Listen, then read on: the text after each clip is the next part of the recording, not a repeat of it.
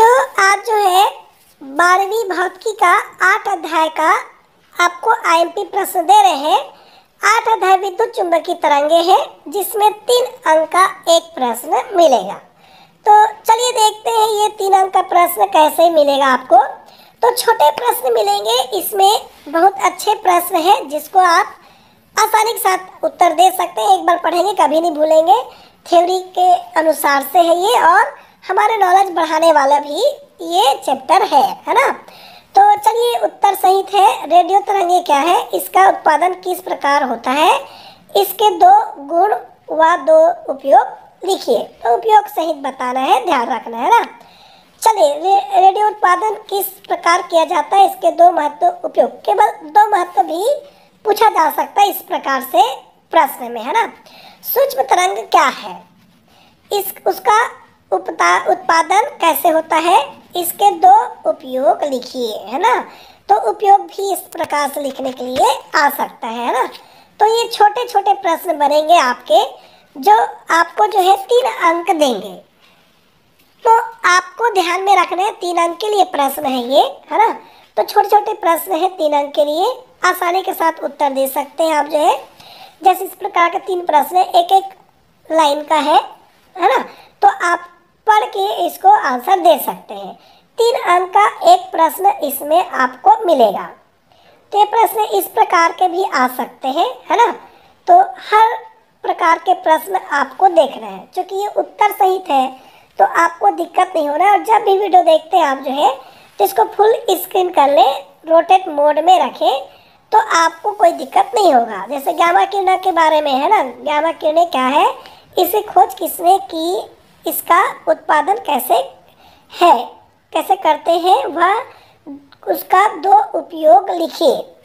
तो ये गामा किरणें के बारे में है, तो उत्तर सहित है। तो आपको कहीं भी परेशान नहीं होना है, बस आप फुल स्क्रीन कर लेंगे तो उत्तर भी इसका क्लियर दिखाई देगा। स्क्रीनशॉट लेके फिर आप रख सकते हैं या अपना नोट्स बना सकते हैं, है ना। चलिए, विद्युत चुंबकीय तरंगे के 4 गुण लिखिए। ये भी बीच बीच में आते रहता है, छोटे प्रश्नों में भी देते रहता है। क्योंकि इसमें 3 अंक के प्रश्न मिलेगा तो 3 ही पूछा जाएगा।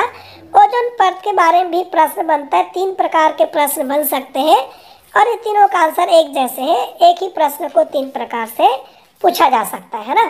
तो ध्यान रखेंगे आप जो है, और इसमें आसानी के साथ उत्तर दे सकते हैं आप जो है।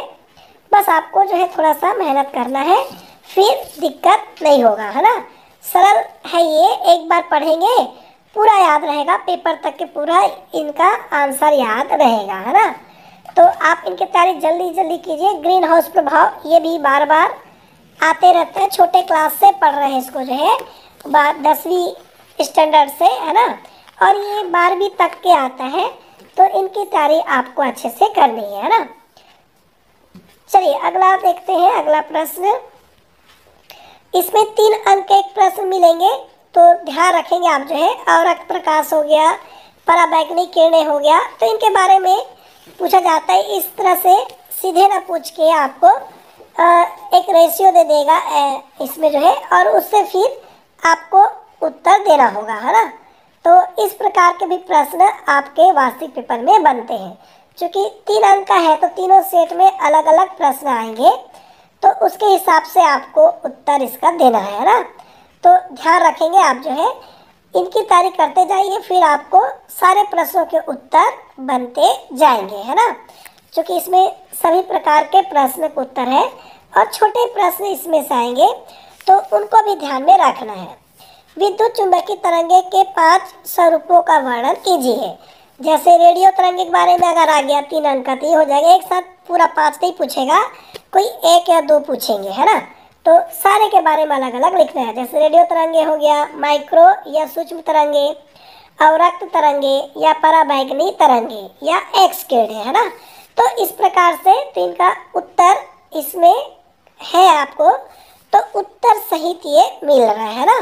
तो आप इनके बारे में टिप्पणी लिखेंगे तो कोई 1 आएगा 3 अंक के लिए, है ना। एक साथ 5 नहीं पूछा जाएगा, है ना। तो आपको कोई 1 का है, लेकिन पूरा तैयारी करना है 5 का, तो एक प्रश्न आपको इनसे मिल जाएंगे। तो आपको जो है इनकी तैयारी अच्छे से करनी है। चलिए अगला जो है वीडियो बहुत जल्दी लेकर आएंगे, तो इस वीडियो में